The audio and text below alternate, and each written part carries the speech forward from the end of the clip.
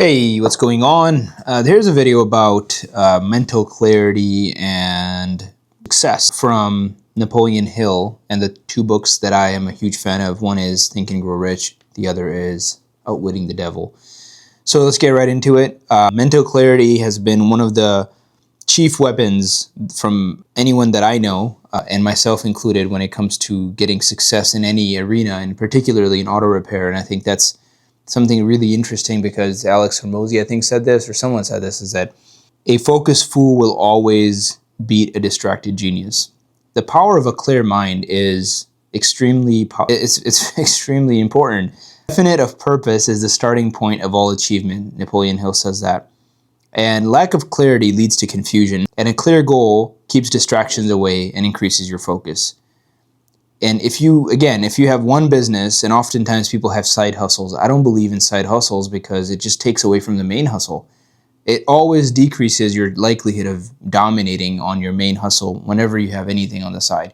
So you could always make a lot of money by just focusing on one thing. And you can almost guarantee not making a lot of money by having side gigs, right? People are like, you gotta have side gigs. I love the average millionaire has 7 income streams. But how did they become a millionaire in the first place? Was through one income stream. And then when they became a millionaire and they had a lot of money, generally for tax strategy, they started having side gigs. And mostly, most people make all their money from one or two things. You got to master your thoughts. I think that's a huge part of it. Is Napoleon Hill says, whatever the mind can conceive and believe, it can achieve. You got to have a clear purpose. If I don't have a clear purpose every single day, I know I'm not going to have a good day. I know I've gone on these long streaks of productivity where I just got things done, man. I was after it, and there's weeks after weeks where things got done. In 2-3 weeks, we did more work than people do in a year. It was because every day I was waking up with purpose, and I believed in what I was doing. I believed that I could, in fact, do the work and achieve the results that I was after. And keeping negativity at bay, negativity of any sort, it sabotages clarity, causes fog. We'll get back to that with the fear. And you got to be aware when you have negativity coming at you. You got to be aware of that. You can't say, oh, this isn't real. It is real. Acknowledge it, because once you can acknowledge it, you can deal with it. And you can replace it with positive things, and you can make a ritual to defeat that negativity out of your life. And I have tried to do that so often during those times by keeping busy and being clear. That's again, the main part of the first part is that write this down, get really clear on what you want, and do not let negativity take you away from it. All right, let's get to the second part, is controlling external influences. For me, I think the biggest thing is that whatever I have in my environment, I'm very influenceable. And I think that's, again, I'm being honest with myself. I am very much influenced by what I'm around. So if I watch a negative movie, if I'm around negative people, it brings me down. I'm not going to lie. And I'll be honest, it's to this day, I've done a lot better at it. But I got to avoid negativity at all times. People who have drama, people who suck your energy, people who are focused on nonsense. Watching anything, whether it's movies, social media will suck up my time like you cannot believe, right? I'm on there, and Facebook will just 2 hours gone, boom, and nothing happened of it. Absolutely nothing came out of that other than I just know a bunch of nonsense that I know have in my mind that's cluttering up my mind. You got to believe in what Napoleon Hill calls auto-suggestion. What that means, you get around material, good or bad, and it slowly absorbs into your mind like water goes into dirt. And whether you have good things or bad things, it's all going to seep in. So if I'm listening to garbage music, it keeps playing in my mind. You ever watch a top 40 song or whatever, a top 20 song, and it goes in your brain, keeps repeating over and over, or whatever viral video. It's all dopamine, right? Your brain just likes it. It just keeps playing it. It fogs up your brain. I can't think straight when I'm doing that. So be very practical about what you allow into your life. If you don't want it to look like your future, then for me, I don't like letting things in my life that I don't want to seep in. Essentially, a rule for me is, would I let my child watch it if I wanted them to be the president? And if the answer is no, then I probably shouldn't watch it either. And the third part here is emotional discipline and fear management. Fear is so important to understand and to be aware of, because fear is the main reason why people do what they do or don't do what they do in most cases. Very few people think from a faith perspective, which is the opposite of fear. And for me, fear has been a very much defining part of my life. I've gotten a lot out of fear, running away from things I was afraid of, but I've also been debilitated by fear where I didn't do things that actually I should have done.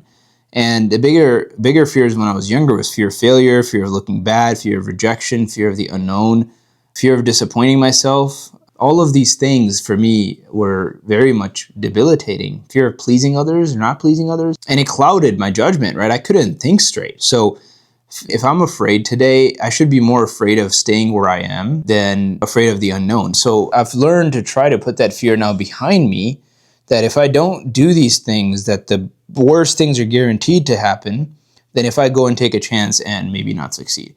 And again, by the way, the fear of regret for me is much more important and bigger than the fear of not making it. So life, again, it's just putting things in perspective for me that I'm going to die one day, and this whole thing is going to end whether I like it or not.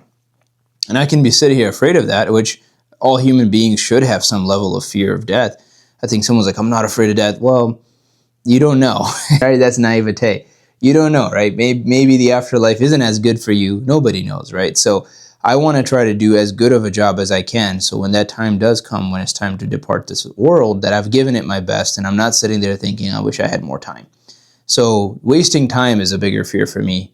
And when I think from that frame of reference, I get way more crap done than if I'm thinking of it like, oh, I'm going to have unlimited life. I'm not going to have unlimited life. This thing's going to end one day and I better start acting today. The other thing is also understanding to respond to your fears than to react.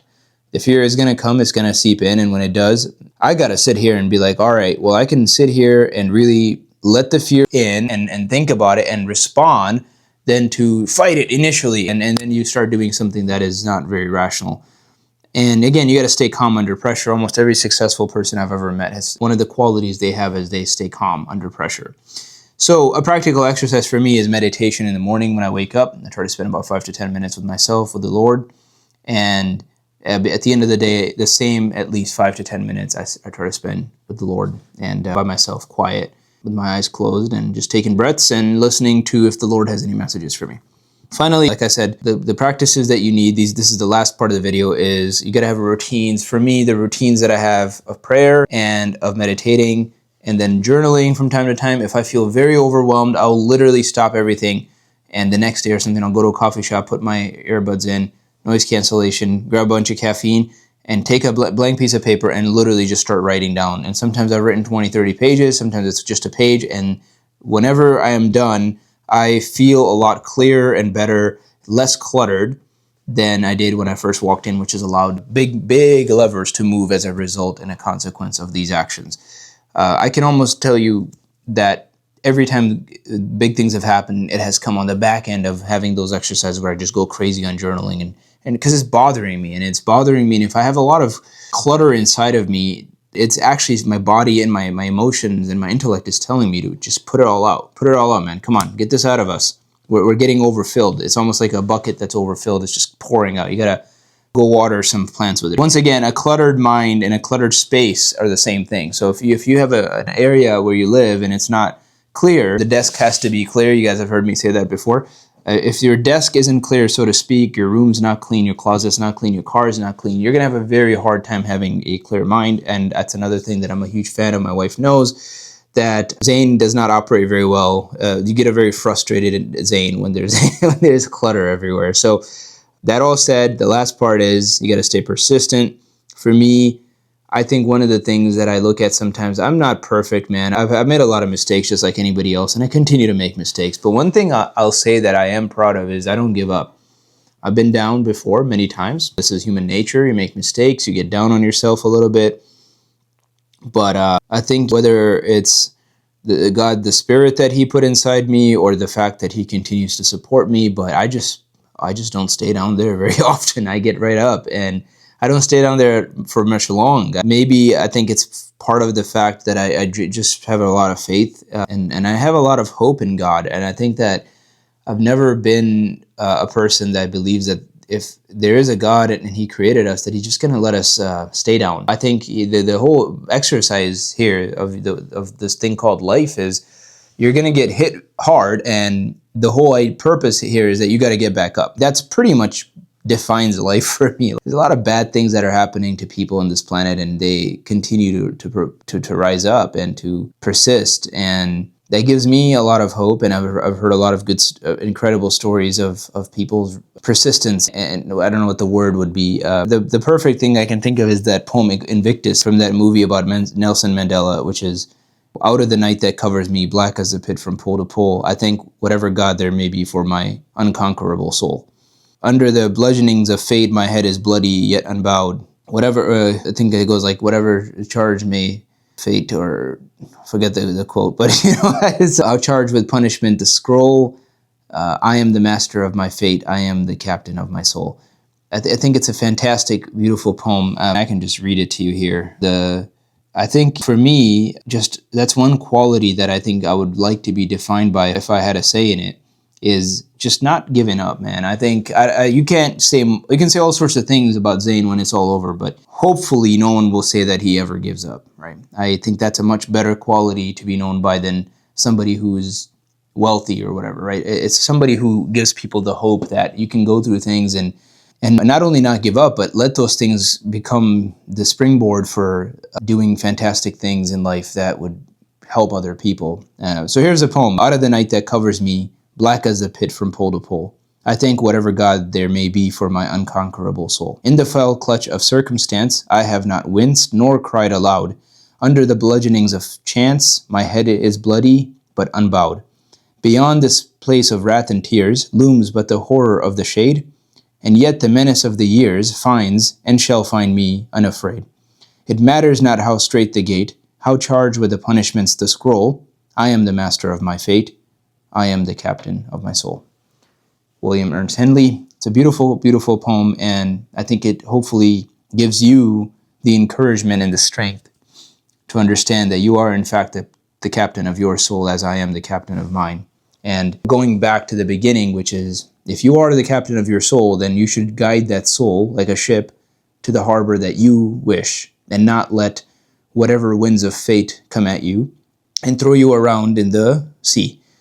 And then you have to use the proper tools and the proper things that are around you and to help you understand and get into the direction that you're going. And even if you hit an iceberg, and as long as it doesn't break your ship, you should be able to recover and get back up. And if it breaks your ship, then go get yourself another ship, because at the end of the day, it is you are the captain. You can commandeer all ships. So I hope this is helpful. Keep your mind clear, and I hope that this gives you some sort of a clarity into what has helped me a lot in coming out from underneath where I started, almost to the point where struggling very hard for money and other things, and to the point where God has blessed us beyond my imagination and continues to do so that I can share some of these things that he has taught me in the process. I do believe this is the foundation on which our business has been built. I can't speak for other people's businesses, but I can tell you right now that without this clarity of mind, the first is the definitive of purpose, right? The first for me has been always knowing where I want to go and being clear about it, and then protecting my mind from outside influences and management of fear and emotional things, and then finally having these practices that have played a huge role for me, waking up and meditating and praying, journaling, and then not giving up. Those are the things that I think the foundation of our company has been put on top of, and so long as those things are protected, the foundation will be good, and the company will hopefully be able to continue to be built. All right, guys, I hope this video is helpful. I know it's a long one. You can maybe listen to it when you're driving.